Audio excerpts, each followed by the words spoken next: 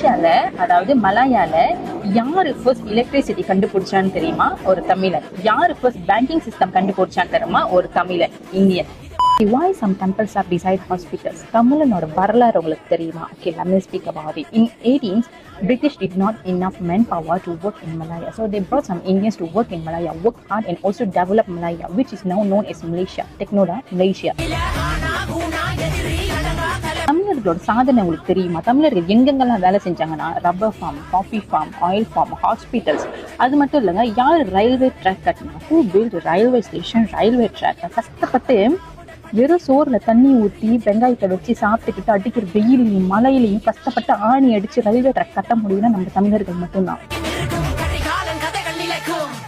அப்போதான் ஹாஸ்பிட்டல்ஸ்லயும் தமிழர்கள் வேலை செஞ்சாங்க. ஹாஸ்பிட்டல்ல வேலை செய்யும்போது என்ன நடந்துச்சு? அவங்க வந்துட்டு ப்ரே பண்றதுக்கோ பேஷண்டோட ரிகவரிக்கும் ஒரு நம்பிக்கைக்காக ஒரு ஸ்பிரிச்சுவல் சப்போர்ட்காக அங்க வந்துட்டு ஒரு சின்ன டெம்பிள் கட்டினாங்க. அப்படி வந்தது தான் இந்த வந்துட்டு பிசைட் ஹாஸ்பிட்டல் டெம்பிள் எல்லாமே. எலக்ட்ரிசிட்டி கண்டுபிடிச்சது மிஸ்டர் கே தம்புசாமி பிள்ளை.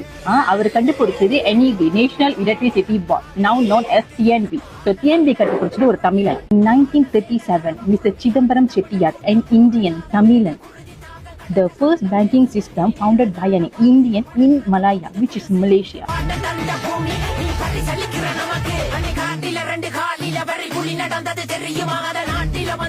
So தமிழர்கள் வந்துட்டு அந்த காலத்துல அவ்வளோ கஷ்டப்பட்டு வேலை செஞ்சிருக்காங்க. இந்த கோயிலும் இந்த மாதிரி வந்தது தான். வந்து வேலை செய்யும் போது தான் ஹாஸ்பிட்டல் பக்கத்துல இந்த மாதிரி கோயில் எல்லாம் வருது.